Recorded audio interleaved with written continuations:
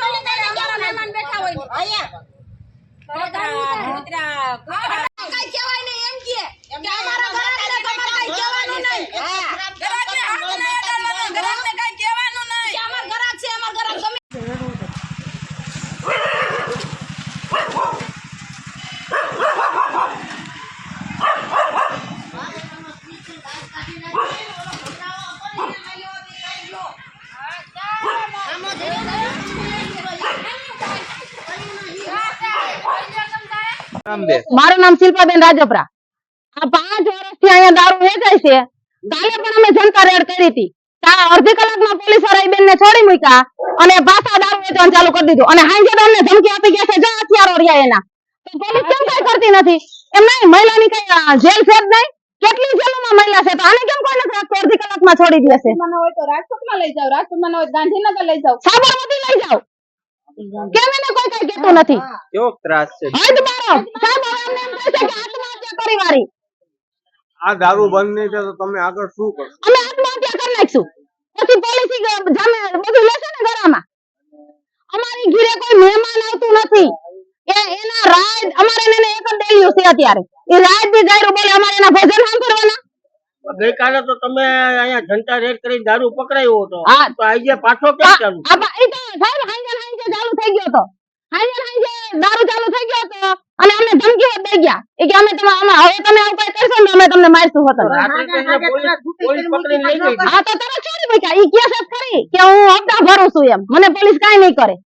તો પોલીસ હપ્તા ખાતી હોય તો છોડી મૂકે ને. હે નકર કાનો છોડી મૂકે? આપણે કોકને મારી તો નથી છોડી મૂકતા. જામીન જોઈને 2-5 કલાક રાખવા પડે, 2 દી રાખવા પડે. આપણને કોઈ નથી છોડી મૂકતો. આને કેમ છોડી મૂકે છે?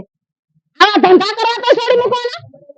તમારી માંગ શું છે? અમારી માંગ અમારા ચામુંડા નગરની અંદર દારૂ બંધી થવી જોઈએ. અમારે કોઈ દારૂ અહીંયા વેચાવો જ ન જોઈએ ચામુંડા નગરની અંદર.